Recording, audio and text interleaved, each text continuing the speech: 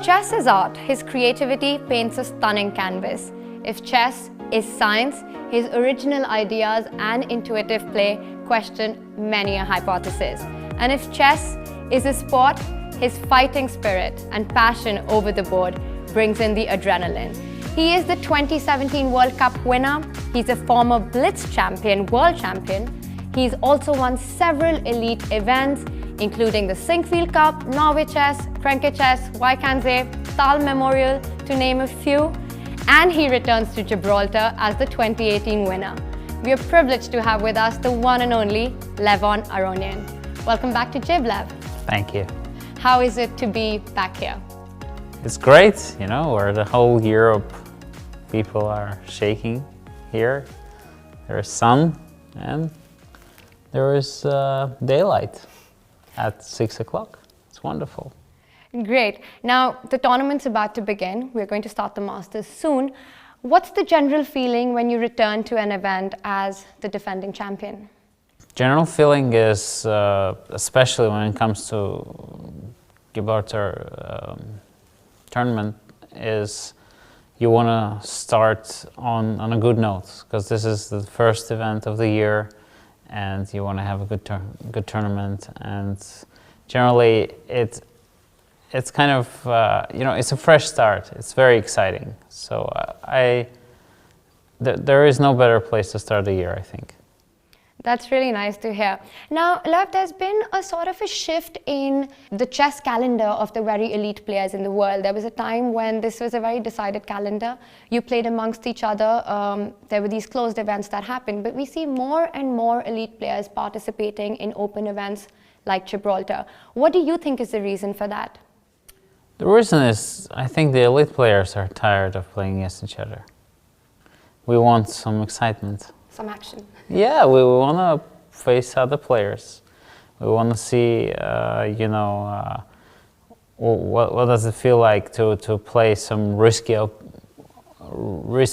openings, you know, to try to win more with black. So I guess that's why the elite players like to play in open tournaments. And you know, we normally get accused to say, oh, they all play against each other, but that's not our design. We like to be open, and that's why I think tournaments like Gibraltar Chess, Isle of Man is something that we all look forward to. Right now, and in these events, when there is no set players list and you don't really know who you'll be playing against, what's the preparation like for such an event? You have to try to be fresh, generally, you know, just to play lots of blitz is useful. I think that's what I'm going to do tomorrow.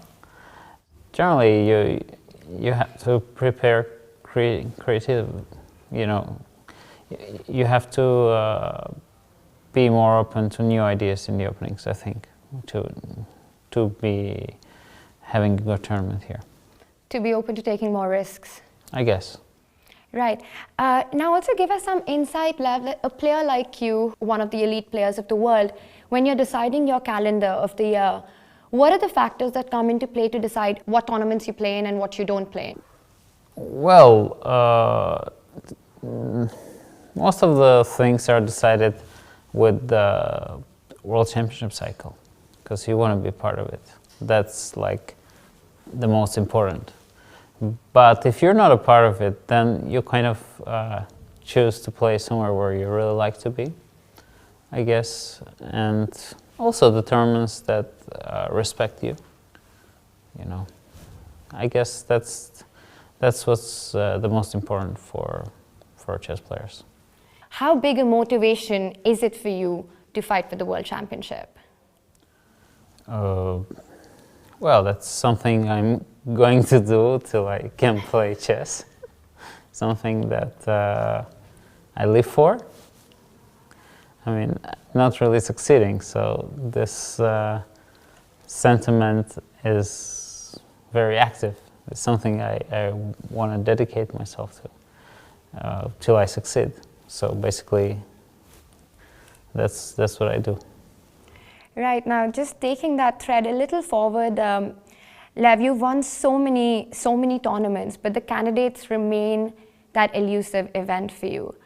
With the experience that you've had, and you look back at it and you analyze, what is it that you think has not clicked so far? In some candidates I was too prepared, and some of them I wasn't prepared at all. So I think there are different factors. But you know, you try to change things, and then to some people it comes more natural, you know, playing well in such event. To me, it doesn't come naturally. So I'm trying to change and fine-tune the ways in order to play well in the candidates tournament. I think as of today, I know what I need to do, but qualifying there is going to be a difficult task for this year. Right, now there's the popular belief and the popular opinion is that you and Fabiano are the toughest challengers for Magnus. What do you think is the reason that separates the two of you to the rest of your colleagues? I think the fact that I get this respect is because, well, I won many tournaments, and some of them were ahead of Magnus, and some of them were I won against him. I guess that's what makes my fans positive. I personally believe that I can play well against Magnus, but it requires a lot of attention, because he's one of those players that is always there. You know, he's waiting for a mistake. He knows that the people are not going to play continuously well, because that's what his strength. His average move is much stronger than anybody else's average move. So I guess the people think that I can be strong because I am willing to take risks, and I'm willing to adapt, and I'm willing to learn new things.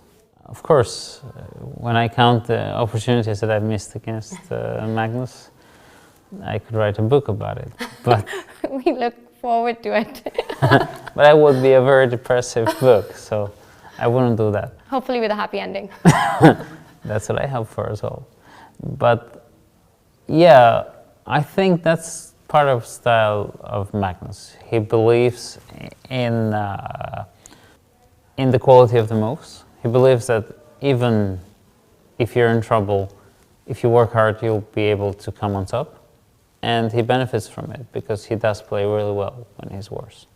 This entire rating race at the top, does this number game, what does this number game mean to you? Well, rating is representative of your current strength. And it's the most objective way to measure somebody's strength. So it's an important number. And what is your opinion about the current work under the new federation, especially in relation to this new Swiss Grand Tournament that's being planned for a spot at the candidates? Well, I'm very excited about the new FIDE, because I think finally we have people who play chess themselves in the federation and who understand the players more. And of course, one example is this Grand Swiss, which is a great idea in my opinion, just to give a chance to every player to qualify to the candidates tournament. The only thing that we're missing, I think, because of the FIDE's contract with about the wild card, I think wild card doesn't belong to the World Championship cycle. We need to get rid of it, and then we'll have a very good system. That's very interesting, especially coming from you who has had a wildcard spot at the candidates. Yes, well, I've got a wild card, but I don't think I deserved it. I was just lucky because my country loves chess. It was between me and Kramnik at that moment. So, I mean, I cannot say I completely didn't deserve it, but generally we shouldn't have that favoritism in the game of chess. I'm sure your fans would strongly disagree with what you just said. Talking about your country, Lev, you're termed as a national treasure in Armenia. In fact, in 2017, when you got married, the then president, Mr. Sargsyan, I hope I'm pronouncing his name correctly, he was there. He was the godfather at your wedding. Tell us a bit about that, about chess in Armenia and the chess revolution that, in a big way, you're responsible for. Yeah, there is a lot of love towards chess. I think it comes from the times of when Tigran Petrosyan became world champion. Then we had Rafael Vahanyan, who was a very good player. So it kind of, it's in the system of Armenian people to love the game and to play in the parks. Yeah, I did help it by winning the World Cup, I have to say. And then we had this tremendous success with the Olympiads and the national team. I can say that our president, Sargsyan, our previous president, loved chess. He played many times. He has beaten Ilumchinov many times. I remember when they played. So many people, also in current Armenia, with the different government, love chess. So I hope we'll be able to keep that level, because it's something that is kind of a dream when you walk on the street and you can be respected as a chess player. I was just going to ask, do you get recognized a lot on the streets in Yerevan? Yes, almost every time I'm out. One time I had to visit a friend, and I decided to bring my dog along. And I took a taxi. It was kind of a Monday, and I put him on my lap, you know, because otherwise he gets nervous. Anyway, so we're on the way. The taxi driver doesn't recognize me. He asks me, what you do? I say, well, I'm a chess player, but it doesn't connect. Anyway, so then we're stuck in some sort of a traffic. At some point there was a little incident, and my dog gets nervous. So I opened the window, I put him out for him to breathe and look at the things. So we go slowly, they see the dog, the people passing cars, they see the dog, they love the dog, and then they see me, and they recognize me. And they start talking, asking about me. So one car, second car, third car, and then the taxi driver goes, oh my God, what a famous dog. They even recognize the owner. So that's fantastic. Yes. So he understood that my dog is very famous.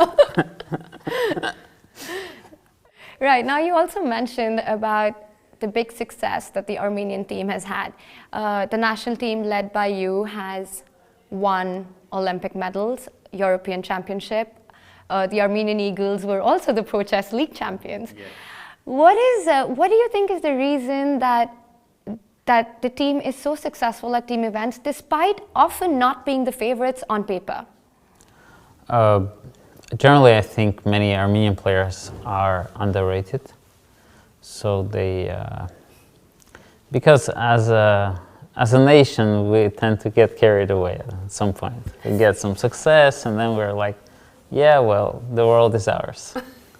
So, and then our rating drops, but we're very good players, as the team showed with Gabriel Sargsyan, Vladimir Akopian, Sergei Movsesyan, Tigran Petrosyan, and the other players. We won 3 Olympiads, the World Championships, so it shows for the strength of the players. Yeah, generally the Armenian players and also players from Caucasus have this special style. We like to maneuver a lot. We don't like to agree to draws. We like to play long games. So there is this common something that unites players from Armenia, Azerbaijan, and Georgia. Right, this same spirit of fearlessness over the board. Now, Lev, Karyakin once said he related your style of play, he called you the Messi of chess, talking about your style of play.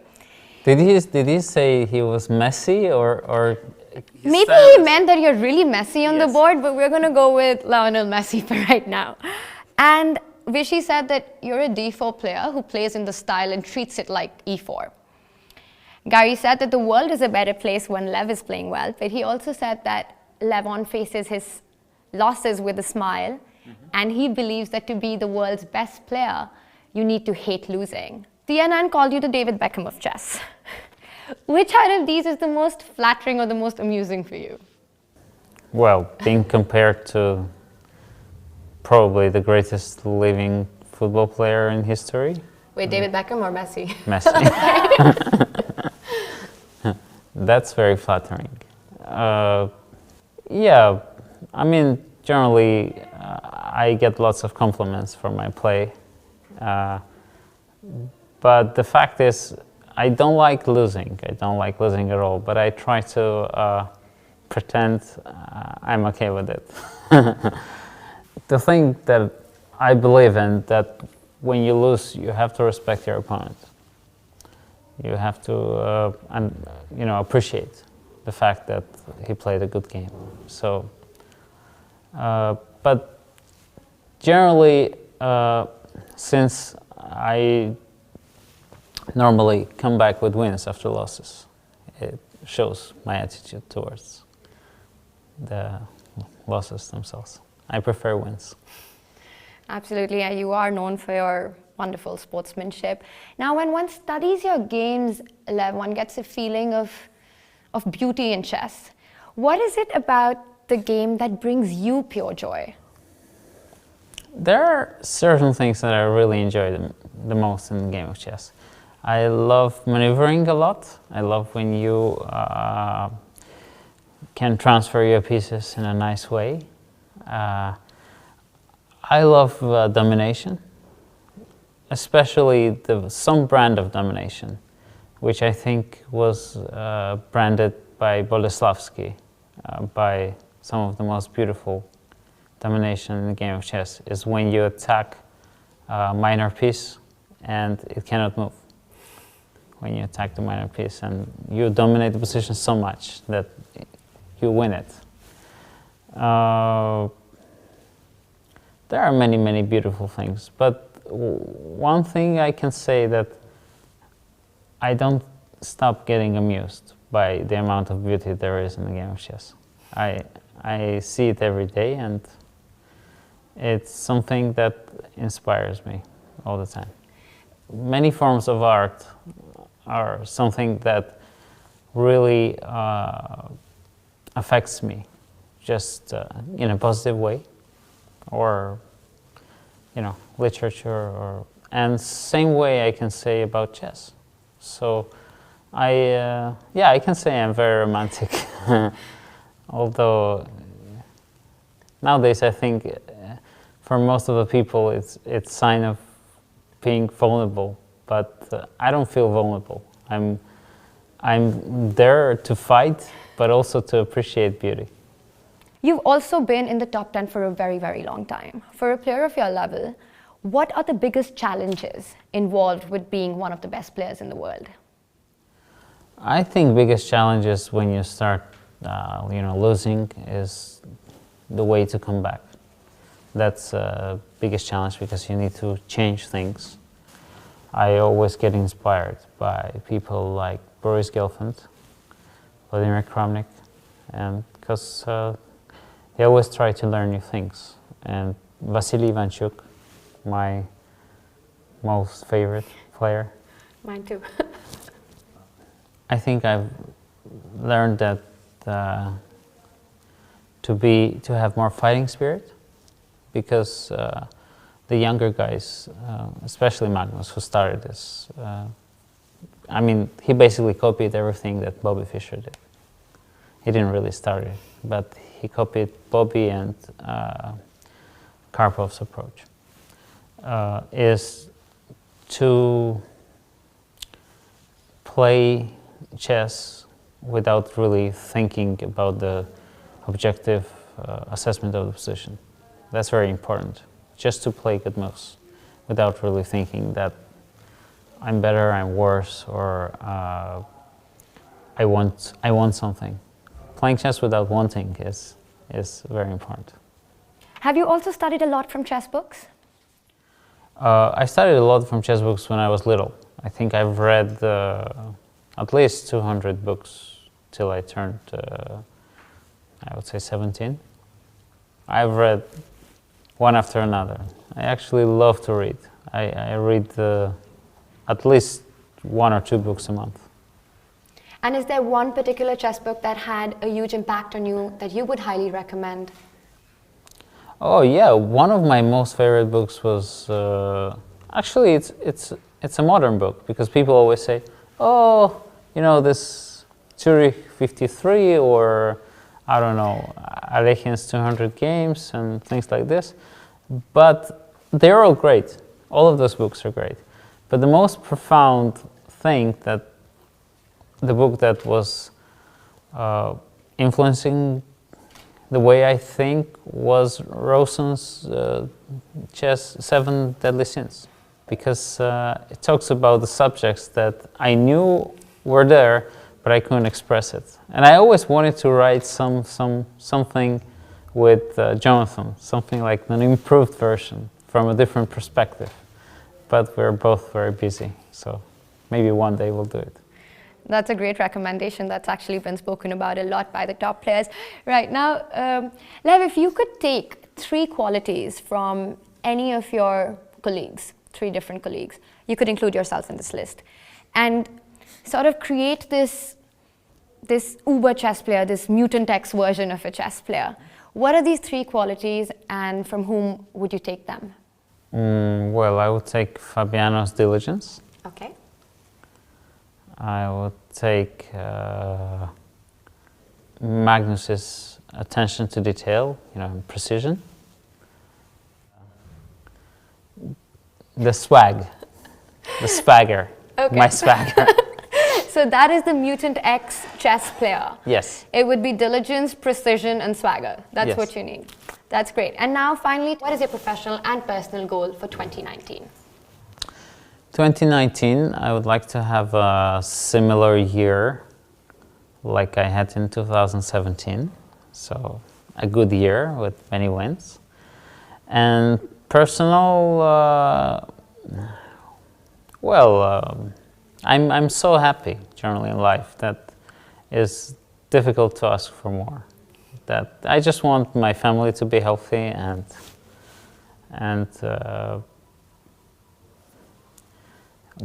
the people close to me to enjoy what they're doing. So that's what I want. Well, on that wonderful note, we're going to end this interview. Thank you so much. It's been an absolute pleasure chatting with you, and we wish you all the best for the Gibraltar Masters. Thank you. Thank you, Lev.